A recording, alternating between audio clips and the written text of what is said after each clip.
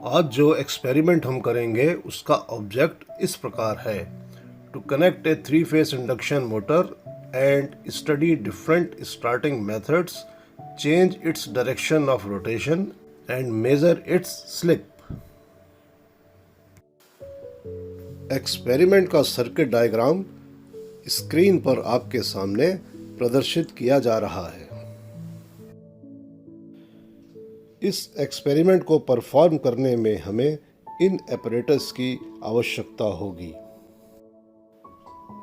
जैसा कि आप जानते ही हैं कि इंडक्शन मोटर्स इंडक्शन के सिद्धांत पर कार्य करती है और ये उद्योगों में बहुतायत से प्रयोग में लाई जाती हैं।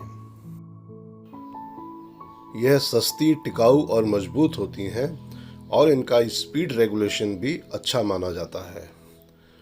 इनकी अनुरक्षण लागत भी बहुत कम होती है और ओवरलोड कैपेसिटी भी अच्छी मानी जाती है। 3-phase इंडक्शन मोटर के दो मुख्य भाग होते हैं, स्टेटर और रोटर।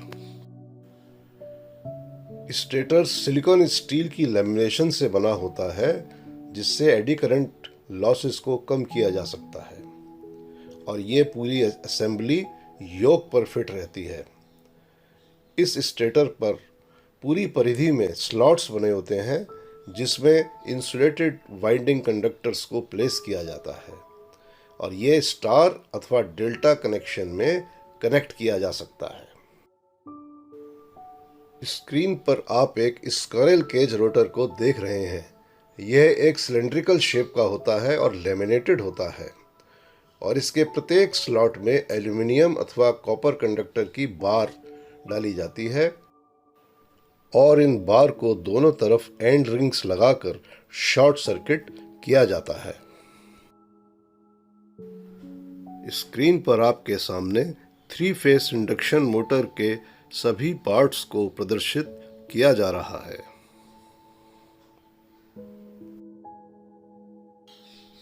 रोटर की संरचना के आधार पर 3-phase इंडक्शन मोटर दो प्रकार की होती हैं, स्क्विरल केज इंडक्शन मोटर और slip ring induction motor.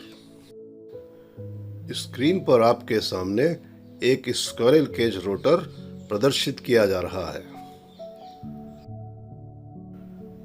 Screen पर अब आप एक वाउंड रोटर देख रहे हैं जिसमें आप स्लिप रिंग और ब्रशेस को साफ साफ देख सकते हैं।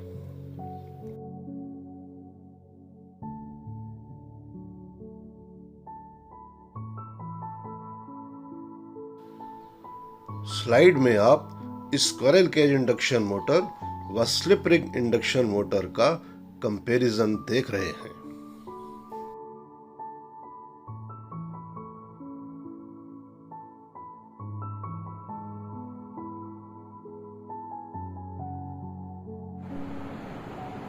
देखिए, ये आपके सामने एक 3-phase इंडक्शन मोटर का स्टेटर है। ये आप योक देख रहे हैं और इसके बीच में ये स्टेटर फ्रेम देख रहे हैं आप, जो कि लेमिनेटेड है।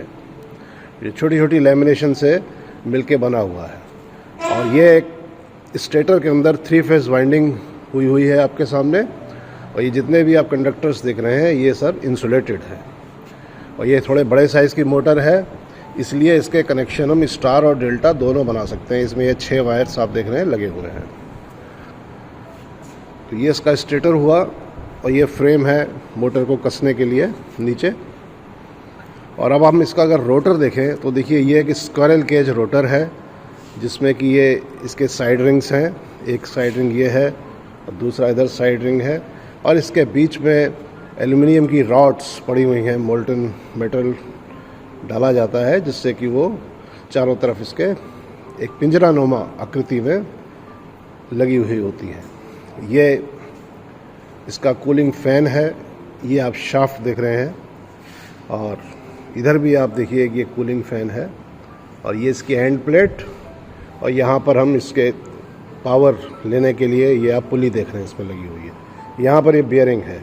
इसी तरह से एक बियरिंग इस साइड में भी दूसरी एंड प्लेट पर लगती है। देखिए, ये एक वाउंड रोटर टाइप मोटर है जिसके अंदर ये आप 3 स्लिप रिंग्स लगे देख रहे हैं।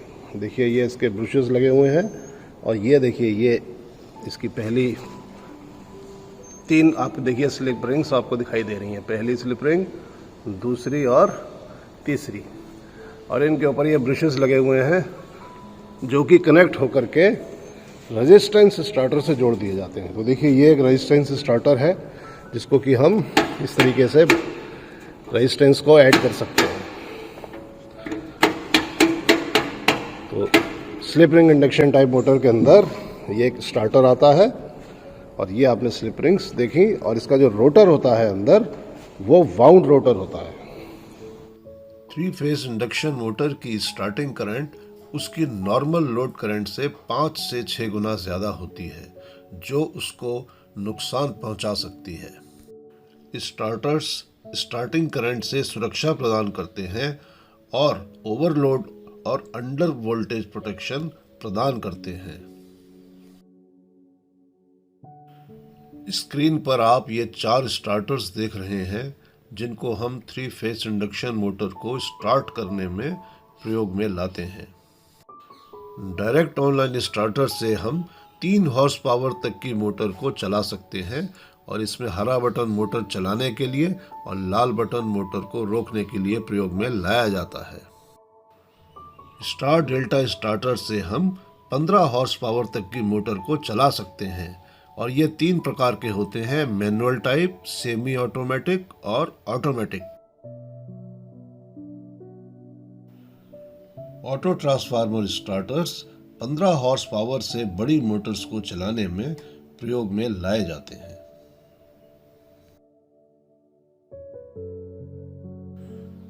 रोटर रेजिस्टेंस स्टार्टर से हम केवल स्लिप रिंग इंडक्शन मोटर को ही स्टार्ट करते हैं।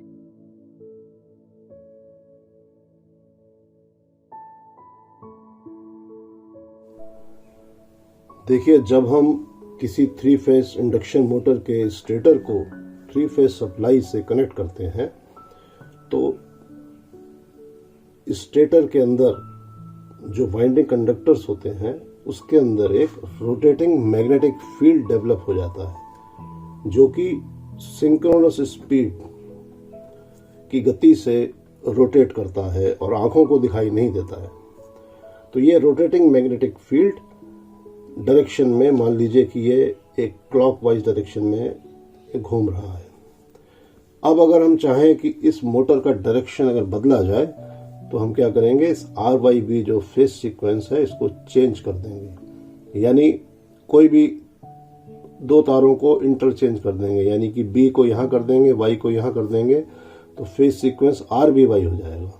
तो इस मोटर के अंदर जो रोटेटिंग मैग्नेटिक फील्ड है उसका जो डायरेक्शन है वो रिवर्स हो जाएगा, और ये आज हम एक्सपेरिमेंट में करेंगे भी आपके सामने। तो इस तरीके से किसी भी 3 फेज इंडक्शन मोटर का डायरेक्शन बदला जा सकता है। तो अब हम 3 फेज इंडक्शन मोटर के सिद्धांत की बात करते हैं कि जब भी 3 फेज सप्लाई को किसी 3 फेज इंडक्शन मोटर से कनेक्ट किया जाता है स्टेटर से, तो उसके अंदर एक रोटेटिंग मैग्नेटिक फील्ड डेवलप हो जाता है, और जो स्टेटर होता है, मान लीजिए ये एक स्क्वायरल केज रोटर है और उसके अंदर रॉड्स पड़ी होती हैं जिसको कि हम एंड रिंग से शॉर्ट कर देते हैं आपस में। तो इस रोटेटिंग मैग्नेटिक फील्ड की वजह से इस रोटर के अंदर एक EMF डेवलप होता है, और उस EMF की वजह से रोटर कंडक्टर्स यानी रॉड्स के अंदर करंट इंड्यूस होती है, और इस करंट की वजह से इनके अंदर एक अपना अलग एक मैग्नेटिक फील्ड डेवलप करती है। तो रोटेटिंग मैग्नेटिक फील्ड और जो रोटर के अंदर जो मैग्नेटिक फील्ड डेवलप होता है उसके इंटरैक्शन से एक फोर्स डेवलप होता है जो इस रोटर को उसी सेम डायरेक्शन में घुमाना शुरू कर देता है। तो यही 3 फेज इंडक्शन मोटर का प्रिंसिपल है। तो देखिए सिंक्रोनस स्पीड का जो फॉर्मूला होता है वो 120F/P होता है, और जहां P नंबर ऑफ पोल्स है, F फ्रीक्वेंसी है, और हमारे देश में फ्रीक्वेंसी 50 हर्ट्ज है। तो अगर किसी मोटर की सिंक्रोनस स्पीड हमको पता करनी है और उसकी नेम प्लेट पर 1440 आरपीएम मान लीजिए लिखा हुआ है, तो वो डेफिनेटली 4 पोल की होगी। आप देख सकते हैं इस लिस्ट में कि अगर नंबर ऑफ पोल्स हमेशा इवन होते हैं, तो अगर 2 पोल की है तो 3000 आरपीएम होंगे, सिंक्रोनस स्पीड 3000 होगी। 4 पोल की मोटर की 1500 होगी, 6 पोल की 1000 होगी, 8 पोल की 750 होगी और 10 पोल की 600 होगी। ये सिंक्रोनस स्पीड होगी। और हमको मालूम है कि जो रोटर स्पीड होती है वो हमेशा सिंक्रोनस स्पीड से कम होती है, तो डेफिनेटली इस मोटर के 4 पोल होने चाहिए। तो स्लिप निकालने के लिए NS minus NR divide by NS, तो ये स्लिप होती है। इसको अगर 100 से गुणा कर दें तो परसेंटेज में स्लिप आ जाती है, जो कि आज हम एक्सपेरिमेंट में करेंगे। देखिए ये एक डिजिटल टैकोमीटर है और आप देख सकते हैं ये 5 डिजिट का है और ये नॉन कॉन्टैक्ट टाइप स्पीडोमीटर है। इसमें कॉन्टैक्ट टाइप स्पीडोमीटर भी आते हैं जो कि मोटर की शाफ्ट में यहाँ पर लगा दिए जाते हैं और ये उससे टच करते हुए मोटर के साथ साथ घूमते हैं।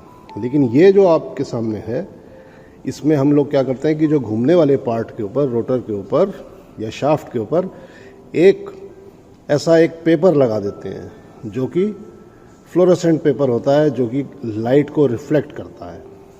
तो देखिए जब इसके ऊपर ये टैकोमीटर से एक इस तरीके की एक लाइट पड़ती है, तो जब ये मूविंग पार्ट होता है तो ये कट करता है इस लाइट को। तो जितनी फास्ट कट करता है उतनी स्पीड ये उसके अकॉर्डिंगली ये इसको पढ़ लेता है। तो ये इससे हम लोग आज जो प्रैक्टिकल करेंगे स्लिप मेजरमेंट का, उससे स्पीड जो है हम इसी टैकोमीटर से मेज़र करेंगे। देखिए आज हम एक 3 फेज इंडक्शन मोटर को ऑटो ट्रांसफार्मर से चलाएंगे। तो ये आपके सामने एक 3 फेज ऑटो ट्रांसफार्मर दिखाई दे रहा है जिसमें 3 तार इनपुट के आ रहे हैं। ये आप देख सकते हैं, ये लाल, ये काला और एक ये पीला। और इसी तरह से 3 तार इसके आउटपुट के जा रहे हैं। तो देखिए नीला, लाल और ये पीला तार, ये वाला। और ये इसका ऊपर की नॉब है जो कि हमें परसेंटेज में बताता है, यानी सप्लाई का हम चाहें तो 10% दे सकते हैं, सप्लाई का 20% दे सकते हैं। इस तरीके से ये इसकी नॉब है। और देखिए इसकी सप्लाई हम इधर ये TPST स्विच पे ले गए हैं। तो ये देखिए ये इसका इनपुट है ये, और इधर से ये आउटपुट, और इसका आउटपुट हमने डायरेक्ट इंडक्शन मोटर पे डाल दिया है। ये एक 3 फेज की 3 हॉर्स पावर की डेल्टा कनेक्टेड मोटर है। और आप देख रहे हैं कि ये देखिए इसके टर्मिनल बॉक्स में सिर्फ 3 टर्मिनल्स हैं। तो इससे ये पहचाना जा सकता है कि ये मोटर डेल्टा कनेक्टेड है। तो अब इस मोटर को चलाएंगे और इसकी जो रेटेड स्पीड है वो 1420 आरपीएम, देखिए इस पर लिखा हुआ है। ये 1420 आरपीएम की एक मोटर है जो लोड पर 1420 इसके आरपीएम रहेंगे। तो जब इस पर 1420 लिखा हुआ है तो इसका मतलब यह है कि इसकी सिंक्रोनस स्पीड 1500 आरपीएम होगी, यानी कि यह 4 पोल की मोटर होनी चाहिए। तो देखिए अब हम इसको चलाएंगे और टैकोमीटर से इसकी स्पीड मेज़र करेंगे। तो देखिए अब हम ये स्लिप वाला प्रैक्टिकल शुरू कर रहे हैं और देखिए हमने थोड़ा सा वोल्टेज बढ़ाया है। और देखिए अब हम स्पीड इस मोटर की बढ़ रही है और देखिए अभी हम इसका स्पीड मेज़र कर रहे हैं। तो ये 663 आरपीएम ये दिखा रही है। तो अभी हम लिख रहे हैं, देखिए 663 आरपीएम। अब थोड़ी सी स्पीड देखिए और उन्होंने बढ़ाई है वोल्टेज। तो अब देखिए अब इस समय स्पीड कितनी हो गई,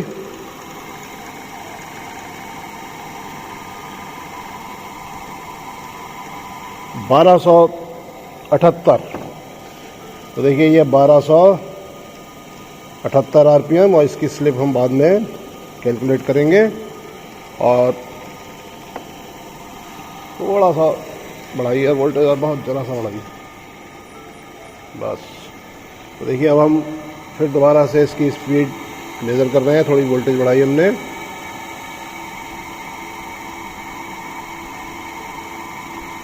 तो 1402 आरपीएम।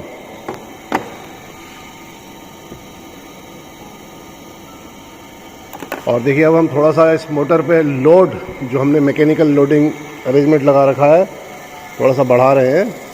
तो देखिए वोल्टेज बढ़ाइए थोड़ी सी। तो देखिए हमने ये थोड़ा सा इस पर लोड बढ़ा दिया है। अब देखिए स्पीड कितनी है इसकी।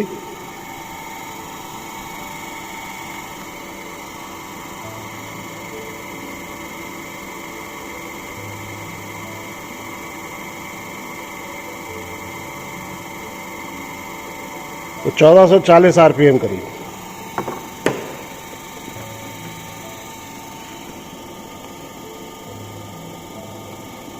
तो इस प्रकार हमने ये 4 स्पीड ली हैं। और अब हम सप्लाई इसकी ऑफ कर रहे हैं, ऑटो ट्रांसफार्मर ऑफ कर रहे हैं। और ये TPST हमने ओपन कर दिया। और देखिए ये जो मोटर है वो आपकी, इसकी 4 जो हमने स्पीड मेज़र करी हैं उनके ऊपर स्लिप को कैलकुलेट करेंगे। तो देखिए आज हम 3 फेस इंडक्शन मोटर के डायरेक्शन को चेंज करना सीखेंगे। तो देखिए अभी हमारे पास ये TPST स्विच है, और हम अभी ऑटो ट्रांसफार्मर से थोड़ी सी वोल्टेज दे रहे हैं। और देखिए मोटर हमारी किस डायरेक्शन में घूम रही है, क्लॉकवाइज डायरेक्शन में घूम रही है। अब हमें इसको एंटी क्लॉकवाइज में रोटेट कराना है। तो देखिए अब हम लोग क्या करेंगे, सप्लाई को 0 करके और कोई भी 2 तार आपस में बदल देंगे। यानी अगर फेस सीक्वेंस RYB था तो अब RBY कर देंगे। देखिए अब हमने दोनों तारों को इंटरचेंज कर दिया है, और आपके सामने देखिए कसा जा रहा है।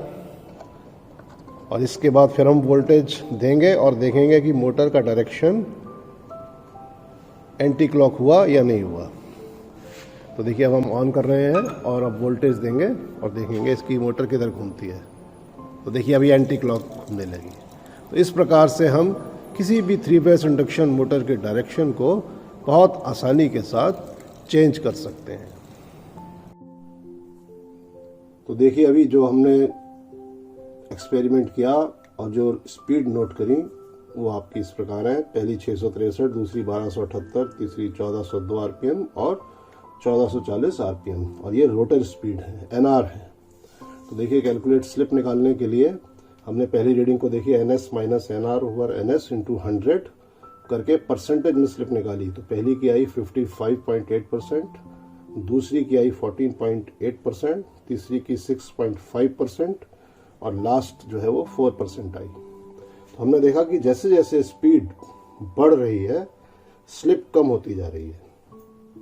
और अगर रोटर स्टैंड स्टिल रहेगा यानी कि रुका रहेगा तो मैक्सिमम 100% स्लिप होगी। तो इस प्रकार से हम स्लिप को कैलकुलेट कर सकते हैं।